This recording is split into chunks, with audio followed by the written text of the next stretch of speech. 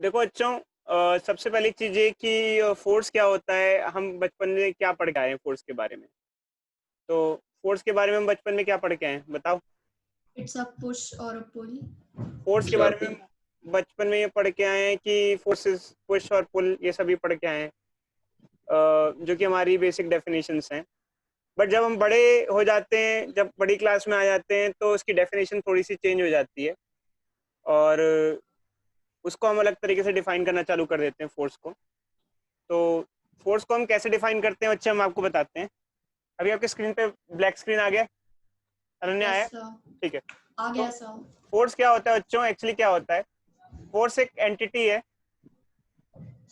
Force क्या होता है?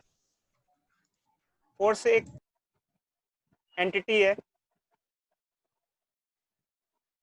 जो बॉडी में मोशन क्रिएट कर सकती है, चेंज कर सकती है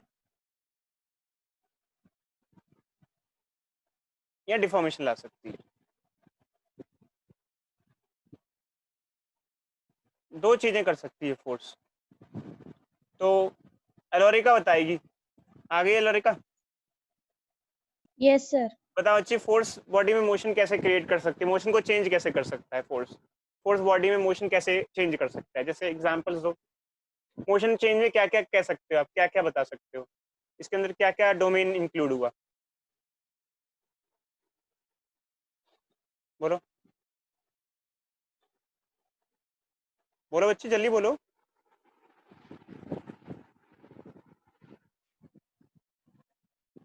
चलो दूसरे पे पास कर देते हैं, एलोरिका बता ही नहीं रही है। अब्दुल्ला बताओ, अच्छा आप बताओ। फोर्स मोशन चेंज कर सकता है, इसमें क्या समझे आप, क्या मोशन में क्या क्या चीजें चेंज हो सकती हैं? जैसे सर डायरेक्शन चेंज हो बॉडी सकती है। वेरी गुड, अच्छी, डायरेक्शन चेंज हो गई। और अगर कोई बॉडी है तो उसको मोशन। डायरेक्शन चेंज हो सकती है, और स्पीड, मतलब जो वैल्यू है, स्पीड चेंज हो सकती है। मैग्नीट्यूड, जो स्पीड वैल्यू होती है वो बढ़ घट सकती है। तो ये इस तरीके से मोशन चेंज हो सकती है। और फोर्स डिफॉर्मेशन भी कर सकता है। एग्जाम्पल, जैसे सनी देओल अगर दीवार पे हाथ मारता है तो दीवार टूट जाती है, तो फोर्स की वजह से डिफॉर्मेशन भी हो सकती है। तो खैर, इस चैप्टर में हम फोर्स की वजह से डिफॉर्मेशन की स्टडी नहीं करेंगे। हम ये मान के चलेंगे कि फोर्स मोशन ही करता है, डिफॉर्मेशन फिलहाल हमारे इस टॉपिक में नहीं है। वो सॉलिड्स में हम पढ़ते हैं, सेकंड बुक में पढ़ते हैं, फोर्स की वजह से जो डिफॉर्मेशन का इफेक्ट है वो हम बाद में पढ़ते हैं। फिलहाल फोर्स की वजह से मोशन पढ़ेंगे हम। कोई डाउट बच्चे किसी को? बोलो। No, sir. Motion change, no sir. Motion change का मतलब यही हो गया कि जैसे किसी की स्पीड कम है, आपने उस पर फोर्स लगाया तो उसकी स्पीड इंक्रीज हो गई, ठीक है। और किसी की स्पीड डिक्रीज करनी है तो उस पर फोर्स लगा दो, और या किसी की डायरेक्शन चेंज करनी है तो उस पर फोर्स लगा दो। तो ये हमारा फोर्स का इम्पैक्ट, मतलब फोर्स से ये चीज़ें हो सकती है। अब आगे बढ़े बच्चों, हम लोग आगे बढ़े। हेलो। Yes sir. Sir. तो देखो बच्चों, एक्चुअली क्या होता है कि जब हम बात करते हैं फोर्स की, तो हमें, ये हमारे नोट्स हैं, जैसे कि फोर्स की यूनिट क्या होती है। सबसे पहले, जैसे हमने अपनी 9th क्लास में भी पढ़ा होगा, फोर्स की यूनिट क्या होती है। Newton. फोर्स की एसआई सिस्टम में यूनिट होती है न्यूटन, ठीक है, कैपिटल एन। सीजीएस सिस्टम में फोर्स की यूनिट होती है Dyne. डायन। डायन वाली डायन नहीं, Dyne. नॉर्मली डायन होता है, ध्यान रखना। डायन नहीं है, डायन नहीं, डायन होता है, डायन, ठीक है। 1 न्यूटन 1 डायन, ये सीजीएस सिस्टम में होता है डायन। 1 न्यूटन में कितने डायन्स होते हैं?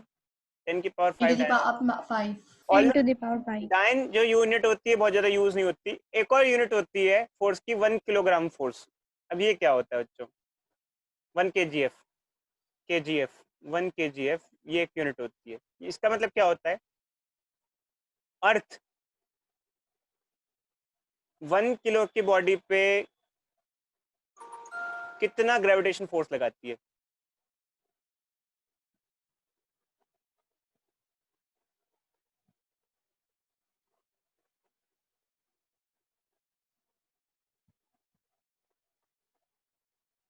ठीक है, जैसे अर्थ जो फोर्स लगाती है वो क्या होता है? mg होता है। मास अगर 1 है, जी एक्सेलरेशन ड्यू टू ग्रेविटी 9.8 होता है। तो 1 kg मास पे, ये 1 kg मास हुआ ना, 1 kg मास हुआ, इस पे अर्थ कितना फोर्स लगाती है? 9.8 न्यूटन लगाती है। पता है ना बच्चों आपको? अर्थ अर्थ जो हम पे फोर्स लगाती है उसे वेट Yes, कहते हैं। sir. तो अर्थ 1 kg की बॉडी पे 9.8 न्यूटन का फोर्स लगाती है, तो 1 kg फोर्स कितना होता है? 9.8 न्यूटन के बराबर होता है। किसी को कोई डाउट? No, sir. ऑल दो ये यूनिट भी बहुत यूज में नहीं आती है। कोई दोबारा रिपीट करें बच्चों? कोई बच्चे को डाउट है तो रिपीट करें, दोबारा बोलो। No, sir.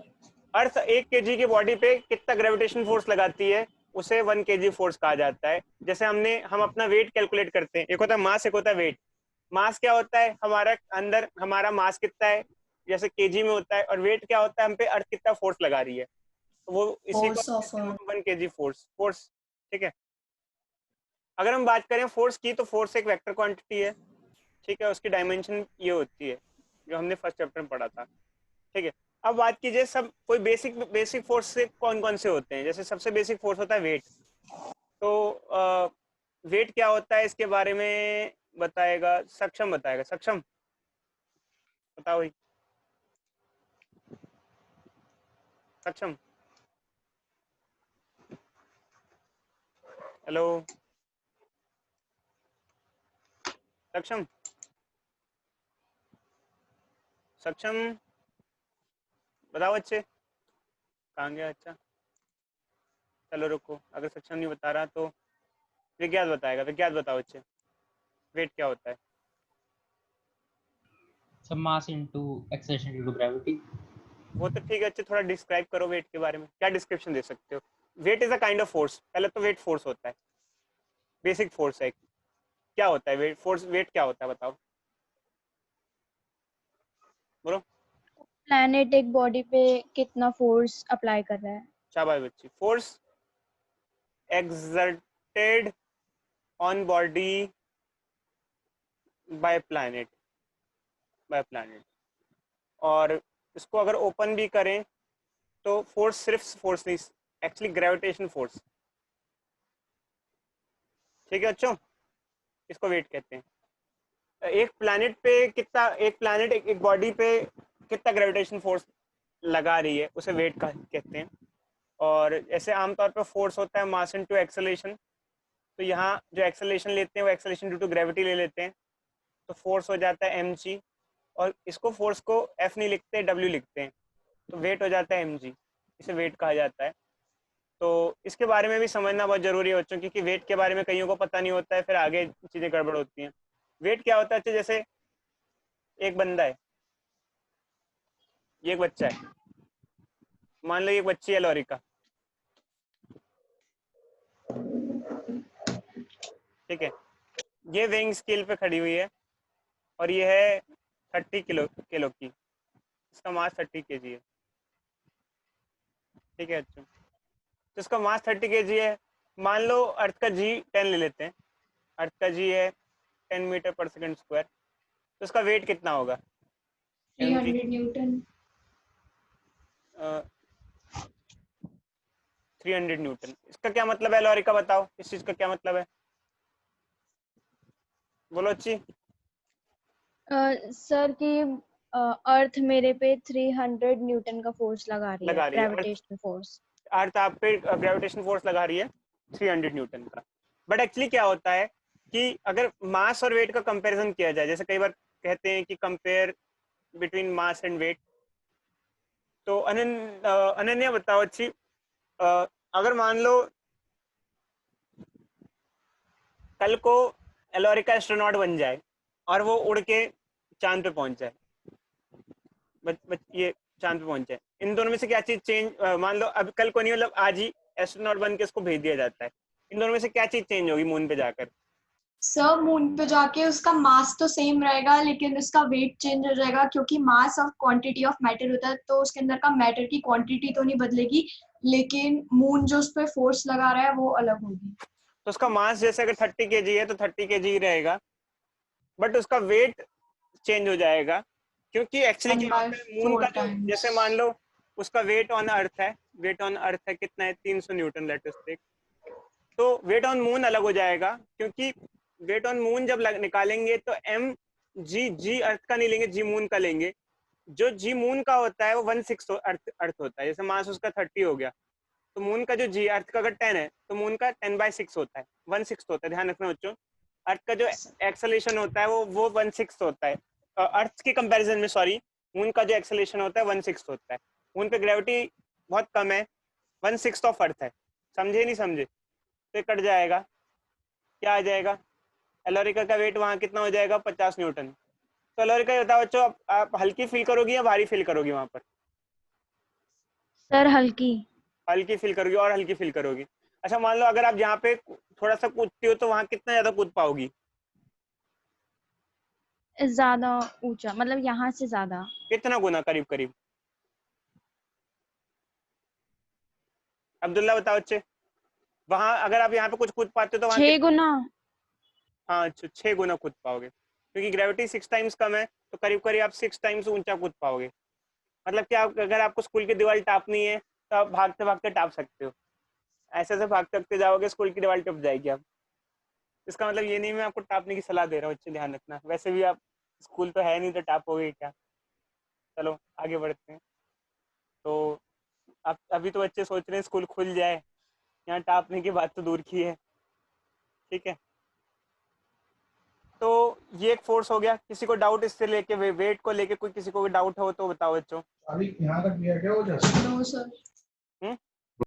नहीं। अब देखो बच्चों, एक फोर्स आता है नॉर्मल रिएक्शन, इसके बारे में भी हम डिस्कस करते हैं। नॉर्मल रिएक्शन, कोई बच्चा बताएगा? विज्ञान बताओ बच्चे, नॉर्मल रिएक्शन के बारे में अब तक आपने क्या पढ़ा है? कुछ आइडिया है आपको नॉर्मल रिएक्शन से लेके? No sir. अब्दुल्ला बताओ बच्चे, नॉर्मल रिएक्शन के बारे में कुछ आपको आइडिया है? नॉर्मल रिएक्शन एक फोर्स है, इसके बारे में आपको क्या पता है? नहीं पता। देखो बच्चे, मैं बताता हूँ। जैसे मान लो एक किताब रखी हुई है एक टेबल पे, तो किताब पे एक ग्रेविटेशन फोर्स लग रहा है नीचे, अर्थ खींच रही है, बट किताब नीचे तो जा नहीं रही है। किताब नीचे क्यों नहीं जा रही है बताओ बच्चे? कोई बच्चा बताएगा? ये बुक है, ये टेबल पे रखी हुई है, उसका अर्थ नीचे की तरफ खींच रही है, बट वो नीचे क्यों नहीं जा रही फिर? और क्योंकि टेबल रखी हुई है बीच में। तो टेबल ऐसा क्या करती है जो नीचे ना जाए? सर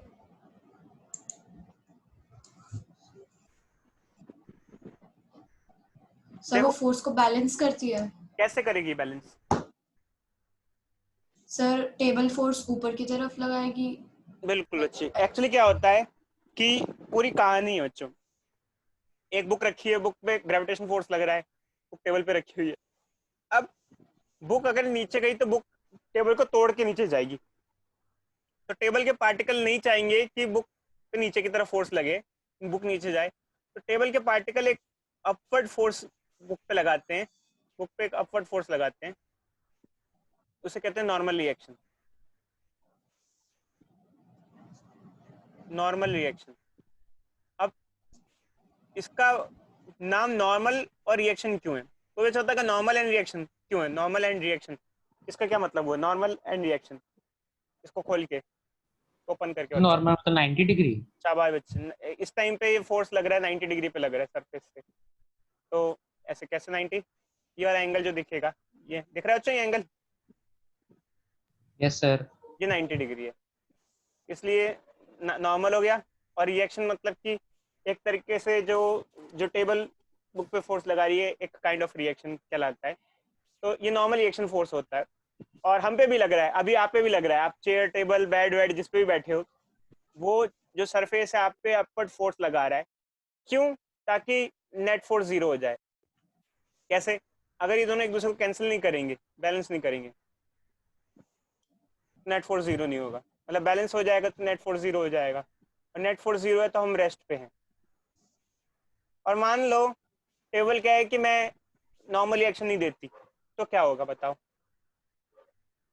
सर फिर टेबल तोड़ के बुक नीचे चली जाएगी। शाबाश बच्ची। जैसे अगर मान लो अनन्या चेयर पे बैठी हुई है, तो चेयर बोल रही कि मैं नॉर्मल रिएक्शन नहीं देती, अनन्या बहुत भारी है, उसने कहा कि मैंने हाथ खड़े कर लिए, तो उसके बस की नहीं थी नॉर्मल रिएक्शन देना, तो नॉर्मल रिएक्शन वो नहीं दे पाई, तो सिर्फ ये फोर्स रह गया। और नॉर्मल रिएक्शन उसके बस की नहीं हुआ, उसके पार्टिकल्स की हिम्मत इतनी नहीं हुई कि नॉर्मल रिएक्शन दे पाए वो, तो वो बच्ची शेयर और तोड़ के नीचे गिर जाएगी, ऐसे नीचे फॉल हो जाएगी। समझे या नहीं समझे बच्चों, बोलो। इसका एक एग्जाम्पल है, चलो टूटने वटने वाला एग्जाम्पल नहीं देता मैं, ऑल दो इसका बेस्ट एग्जाम्पल होता है दलदली एरिया। दलदली एरिया में पता है, दलदली एरिया होता है स्वैम्पी एरिया। Yes sir. अगर कोई बच्चा दलदली एरिया पहुंच जाए तो नीचे क्यों धंसता जाता है? नीचे क्यों धंसता जाता है बताओ? सर क्योंकि तो वहाँ की जमीन बहुत ढीली होती है, हाँ, होल्ड नहीं कर पाती हमारे मास को। वहाँ की जमीन के जो पार्टिकल होते हैं वो इतने स्ट्रांग नहीं होते जो हमें नॉर्मल रिएक्शन सफिशिएंट दे पाए। मतलब उनका जो नॉर्मल रिएक्शन होता है वो इक्वल नहीं होता हमारे वेट के, कम होता है। हमारा वेट ज्यादा होता है, उनका नॉर्मल रिएक्शन कम पड़ जाता है। वो कोशिश तो करते हैं देने की, दे नहीं पाते हैं। पार्टिकल्स इतने कॉम्पैक्ट नहीं होते हैं जो हमें नॉर्मल रिएक्शन दे पाए। तो हमें नॉर्मल रिएक्शन देते देते वो शहीद होने, मतलब नहीं दे पाते हैं, तो हम लोग नेट फोर्स किधर हो जाएगा फिर? अगर दोनों में से नीचे वाला फोर्स डोमिनेटिंग है तो नेट फोर्स किधर हो जाएगा? डाउनवर्ड हो जाएगा। तो हम किधर जाने लग जाते हैं? नीचे जाने लग जाते हैं। बात समझे या नहीं समझे? कोई बच्चे को डाउट? बोलो नो बोलो भाई, सर। बोलो भाई, किसी को डाउट? अरे बोलो भाई बोलो। No no sir. सर। चलो बच्चों, तो दो तीन चीजें सीखो बच्चों। जैसे कि एक तो ये सीखो, जैसे एक बच्चा है, एक बच्ची है, ये अनन्या है, और ये बैग टांग के खड़ी हुई है स्कूल का।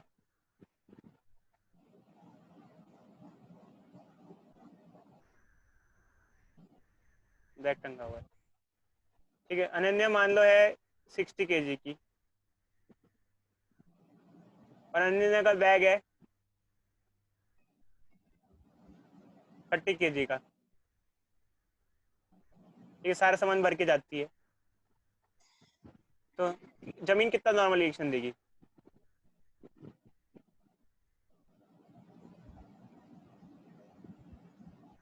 सर 90 90 क्या 90? न्यूटन। नहीं, क्या बात? 900। अच्छा हाँ, यस सर। 900 न्यूटन। क्या बात है? 900 न्यूटन। मास यार, मास अगर 60 kg है तो अगर जी को 10 ले लो तो वेट कितना हो जाएगा? अनन्या का वेट हो जाएगा मान लो 600 न्यूटन, 600 न्यूटन। और अनन्या का बैग का वेट हो जाएगा 300 न्यूटन। 300 न्यूटन। तो टोटल वेट हो जाएगा 900 न्यूटन। 900 न्यूटन। इतना भार पड़ेगा, और 900 न्यूटन का भार पड़ेगा ऐसे जमीन पे लगेगा। और जमीन 900 न्यूटन लगाएगी, और 900 न्यूटन लगाएगी अनन्या पे, उतना ही लगाएगी। और अगर जमीन टूटे ना, तो जमीन आमतौर पर टूटती नहीं है जमीन, ठीक है। 900 न्यूटन। अच्छा ये बताओ, अच्छे ज्यादा भारी बैग पहन के खड़े होते हैं तो पैर में दर्द क्यों हो जाते हैं? जमीन की फोर्स ज्यादा होती है, इतना ज्यादा देखो बच्चे, एक्चुअली भारी बैग पहना हमने तो टोटल वेट ज्यादा हो जाएगा, टोटल वेट ज्यादा हो जाएगा। अच्छा, एक पैर पे खड़े रहो तो दर्द क्यों हो जाता है? सर क्योंकि हमारा पूरा बॉडी वेट हो एक ही पैर पे कंसंट्रेट हो जाता है।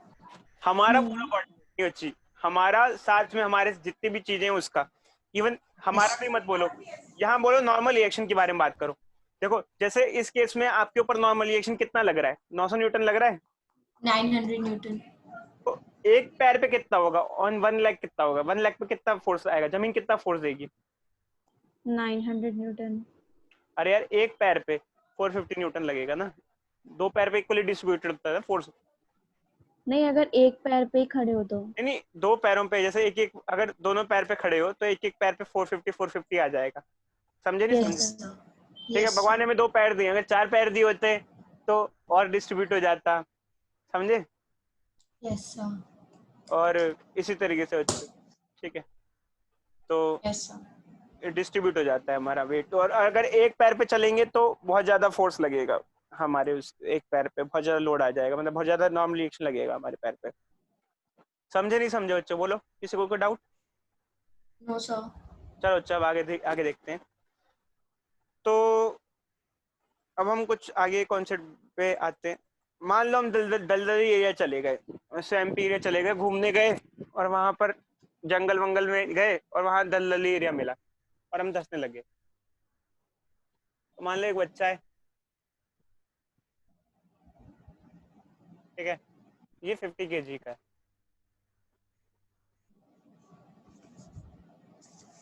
और ये दलदली एरिया चला गया, अब ये धंस रहा है, ये कह रहे बचाओ बचाओ, इसको बचाना है हमको। और जो जमीन है वो नॉर्मल रिएक्शन ज़्यादा नहीं दे पा रही है, वो सिर्फ और सिर्फ 250 न्यूटन का नॉर्मल रिएक्शन दे पा रही है।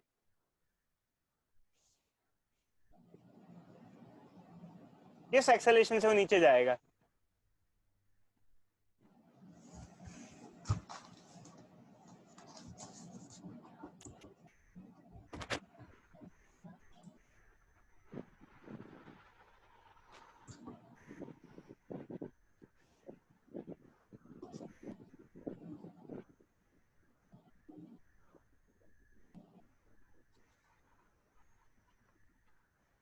सर 0.5 मीटर पर सेकंड स्क्वायर।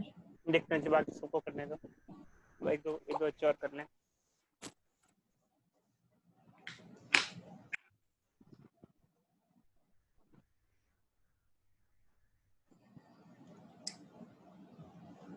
तो और 10 बच्चों, मीटर पर सेकंड स्क्वायर तो जी के बराबर ही लग रहा है।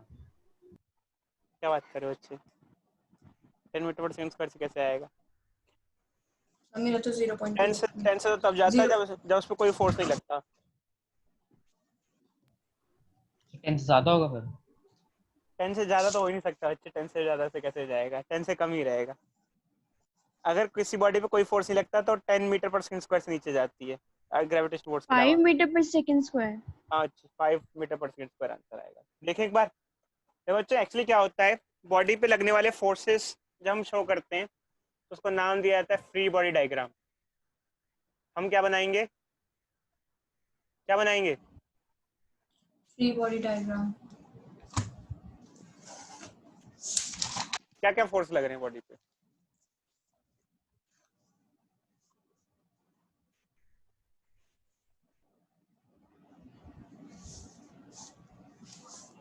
कितना फोर्स लग रहा है नीचे? 5 न्यूटन। ऊपर कितना लग रहा है normal reaction? 250 Newton. Net force कितना लग रहा है?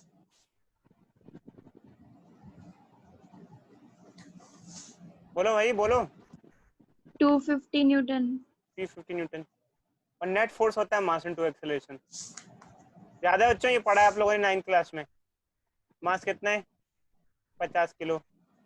एक्सेलरेशन 250, काटो 5 मीटर पर सेकंड स्क्वायर की एक्सेलरेशन से नीचे जाएगा। किसी को डाउट? ओ सर। देखो बच्चे एक्चुअली क्या है कि मैं थोड़ा सा ना आपको नेट फोर्स के बारे में समझाना चाहता हूँ। बच्चों को ना एक नॉलेज नहीं होती है फोर्स और नेट फोर्स के बीच में, उनको थोड़े से डाउट्स होते हैं। यार देखो एक्चुअली क्या है कि एक बॉडी है और इस पे फोर्स लग रहा है, तो क्या ये इस पे एक्सेलरेशन होगी? मैं फिर से रिपीट कर रहा हूँ बच्चों। सर 1 मिनट ऊपर करना।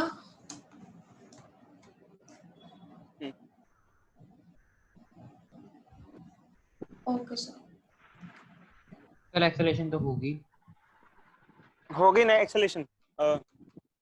यस सर होगी। मैंने नेट फोर्स नहीं बोला बच्चे, मैंने कहा इस बॉडी पे फोर्स लग रहा है, और या फिर शायद मल्टीपल फोर्स लग रहे हैं। एक बॉडी पे कई सारे फोर्स लग रहे हैं, क्या इस पे एक्सेलरेशन होगी या नहीं होगी, या क्या आपके बारे में क्या ख्याल है, आप किस बारे में क्या बोल सकते हो?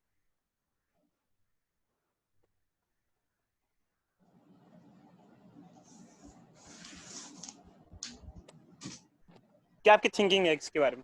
एक बॉडी में मल्टीपल फोर्स लग रहे हैं, क्या पॉसिबिलिटीज है? एक्सेलरेशन होगी नहीं होगी, और मे नॉट भी होगी, मे नॉट भी नहीं होगी, तो क्यों होगी क्यों नहीं होगी, क्या क्या बता सकते हो इसके बारे में? क्या सोच सकते हो आप? सर हो सकती है। बताओ बच्चे, क्यों हो सकती है, और नहीं हो सकती तो क्यों नहीं हो सकती है, या क्या पॉसिबिलिटीज हो सकती सर सर अगर सर अगर फोर्स एक मल्टीपल फोर्स लग रहे हो, चाहे फोर्स मतलब अगर डिफरेंट फोर्स लग रहे हो तो उसकी डायरेक्शन चेंज हो सकती है। है? देखो अच्छी, और थोड़ा डिस्क्राइब करो और सटीक बताओ, और सटीक बताओ, कब लगेगी कब नहीं लगेगी एक्सेलरेशन?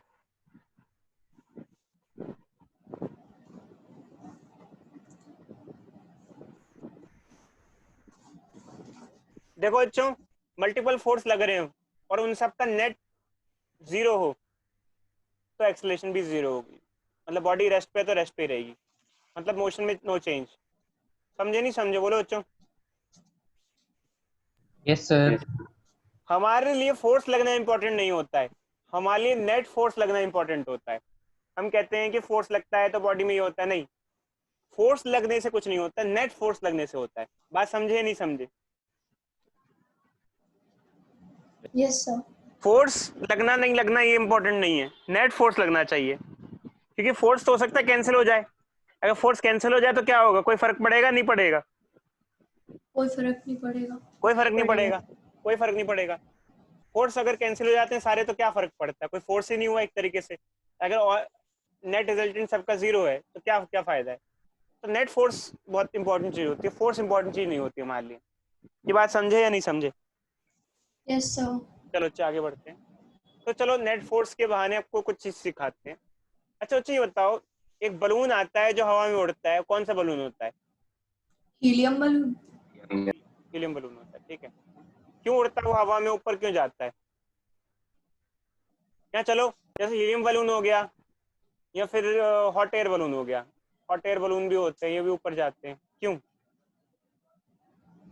सर क्यों सर, हीलियम बलून का तो नहीं पता, बट हॉट एयर बलून तो इसलिए जाता है क्योंकि जो हवा होती है वो बहुत गर्म होती है, वो बहुत जल्दी एक्सपैंड करती है, हॉट एयर बहुत जल्दी राइज करती है। और कोई बच्चा?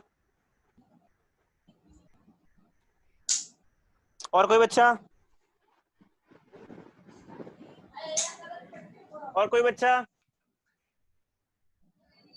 अरे भाई कोई है बताने के लिए?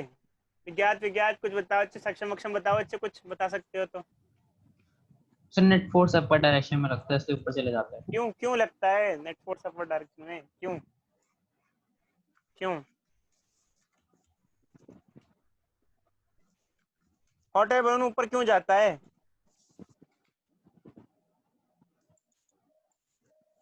सर इसीलिए ना, क्योंकि हॉट एयर राइज करती है, हाँ इसके अंदर जी, की जो एक्चुअली एक फोर्स होता है बायंड फोर्स, जो कि आप लोग सोचते हो सिर्फ पानी में लगता है, ऐसा कुछ नहीं है। थर्माकोल को अगर पानी में रखें, डुबाने की कोशिश करें तो डूबता नहीं है, ऊपर की तरफ जाता है। लोअर डेंसिटी की चीजें, अगर जैसे मान लो ये वाटर है और ये थर्मोकोल है, ये किधर जाएगा? ऊपर जाएगा। देखो ऊपर अच्छे, जाएगा। एक टर्म यूज की जाती है फ्लूइड। फ्लूइड मतलब जो चीजें फ्लो करती हैं। कौन कौन सी चीजें फ्लो करती हैं? लिक्विड और gases. Liquids and gases. Liquid और गैसेस, इसके अंदर हम लोग बायंसी का प्रिंसिपल यूज करते हैं। बायंसी के प्रिंसिपल के हिसाब से क्या होता है, जिनकी डेंसिटी कम होती है वो फ्लोट करती है, मतलब ऊपर की तरफ जाती है, उन पर ऊपर फोर्स लगता है, अपवर्ड जाती है। तो देखो अच्छे, एक्चुअली क्या होता है कि हीलियम बलून है और आसपास क्या है, एयर है। तो हीलियम की डेंसिटी कम होती है तो हीलियम पे अपवर्ड बायंड फोर्स लगता है, बायंड फोर्स। और नीचे हीलियम का वेट लगता है बलून का। कौन सा फोर्स ज्यादा होता है इसमें से? Sir buoyant force. Buoyant force ज्यादा होता है, इसलिए हीलियम बलून किधर जाता है? ऊपर। ऊपर जाता है। समझे नहीं समझे? Due to principle of buoyancy. ऐसे ही हॉट एयर में भी होता है। Hot air is lighter than cold air. Hot air, जो गर्म एयर होती है वो लाइटर होती है, उसकी डेंसिटी कम होती है, हल्की होती है। कोल्ड एयर भारी होती है। अगर मॉल में कभी जाओ तो कौन सा फ्लोर ठंडा रहता है, कौन सा गर्म रहता है, कोई बच्चा बताएगा? सबसे ठंडा। सबसे नीचे वाला ठंडा रहता है। शाबाश बच्ची शाबाश, एलोरिका को बहुत नॉलेज है, घूमती रहती है फुल टाइम पर। ठीक है, बताओ अच्छी, क्यों? सर क्योंकि हॉट एयर राइज करती ऊपर है, राइज करती है। ऊपर चली जाती है। सेकंड थर्ड फ्लोर पे जाओगे तो गर्म फील होगा आपको, क्योंकि वो ऊपर हॉट एयर जाती है। तो ये ध्यान रखना बच्चों। सी ब्रीज लैंड ब्रीज में भी यही होता है। हाँ, देखो चलो आगे बढ़े, यस सर। आगे बढ़ते हैं। देखो तो ऐसा है, चलो चलो कुछ कॉन्सेप्ट डील करते हैं, आगे बढ़ते हैं। अमेरिका में एक आंटी ने क्या किया था, उनको उड़ने का शौक था, उन्होंने अपनी चेयर पे बहुत सारे बलून लगाए और उड़ गई। ठीक है, चेयर पे बहुत सारे बलून लगाए, हीलियम बलून लगाए और उड़ गई। एक क्वेश्चन लेते हैं, चलो अच्छे, हम रैंडम सा देखते हैं आप कितनी नॉलेज आपकी नेट फोर्स के बारे में। अगर आपका भी उड़ने का मन करे तो ऐसा कर सकते हो अच्छे, बट उनका चालान हो गया था। कोई अच्छा था चलान चालान क्यों हो गया था? क्यों चालान क्यों हो गया था? बोलो बच्चे, बता सकता कोई बच्चा? उनका चालान कर दिया गया था, क्यों? आसमान सर उड़ने के लिए चालान काट दिया। चलान देखो बच्चे, क्यों सर? जब रोड पे चलते हैं तो ट्रैफिक होता है ना, रोड ट्रैफिक के रूल्स होते हैं, पता है आपको? Yes sir. Air yes sir. Air traffic के भी रूल्स होते हैं। एक्चुअल में क्या है, तो हम उड़ते नहीं है तो हमारे चालान नहीं कटते। अगर मान लो हम आप उड़ रहे होते तो हमारे चालान भी वहां पे भी कट रहे होते। एयर ट्रैफिक के रूल्स वायलेशन हो गया है। ऊपर कोई भी बंदा ऐसा नहीं उड़ सकता है, उसको ऑथराइज होना चाहिए, अथॉरिटी होनी चाहिए। क्योंकि अगर सर आप ये क्या बात है सर? प्लेन से टकरा गए तो क्या होगा नन्या? मान लो आप जहाँ पे प्लेन उड़ रहे हैं उसकी उसकी लैंडिंग साइट के आसपास उड़ रहे हो, तो वहां तो प्लेन नीचे होता है, और टकरा गए प्लेन से तो सब लोग मर जाएंगे ना। Yes sir. मुझे भी पहली बार ये लगा, मैं कहा यार सबकी राइट्स हैं, सबकी फ्रीडम है इतनी, बस बाद में पता चला उसमें यही था कि ऐसे रूल्स इसलिए होते हैं कि कोई भी बंदा आसपास ड्रोन व्रोन या कुछ ना उड़ा ले, ताकि फ्लाइट से टकरा जाए, फ्लाइट टकरा जाएगी तो लोग मर जाएंगे। ये समझे नहीं समझे? Yes sir. बाकायदा बच्चों सर एक जॉब। हीलियम बैलून से इतनी ऊपर कैसे उड़ेंगे? अरे एरोप्लेन जितना। एरोप्लेन लैंड भी तो करता है बच्ची, नीचे भी तो आता है एरोप्लेन कहीं ना कहीं। आप एयरपोर्ट के पास उड़ रहे हो, मान लो एयरपोर्ट से थोड़ा दूर आपने आपका घर है, एयरपोर्ट के बगल बगल में घर है, जैसे द्वारका वारका में एयरपोर्ट के आसपास घर पड़ते हैं, तो वहां उड़ो तो एयरपोर्ट नीचे, वहां पे एयरप्लेन नीचे होते हैं ना, ऊपर थोड़ी होते हैं। Yes sir. समझे नहीं समझे बच्ची? Yes sir. ये ध्यान रखना।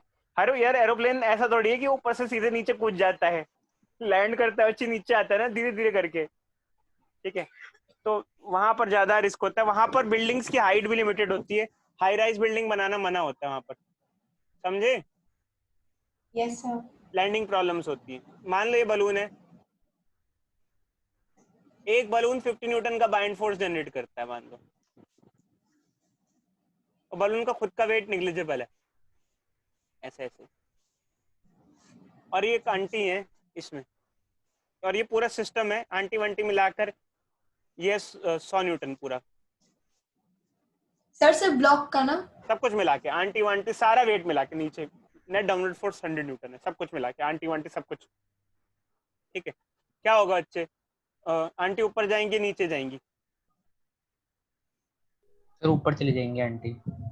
पूरे सिस्टम का मास, यार ये तो कम हो गया, एक काम करो, 0 बढ़ा लो, आंटी 10 किलो की थोड़ी होंगी, मान लो आंटी 100 किलो की है, तो आंटी और सिस्टम मिला के 100 किलो का है, और ये 1000 न्यूटन का फोर्स भी। हाँ बताओ बच्चे क्या होगा अब? बोलो बोलो। सर अभी ऊपर की डायरेक्शन में ही जाएगा। ऊपर की डायरेक्शन हाँ कितना, क्या एक्सेलेरेशन होगी? एक्सेलेरेशन क्या होगी बताओ?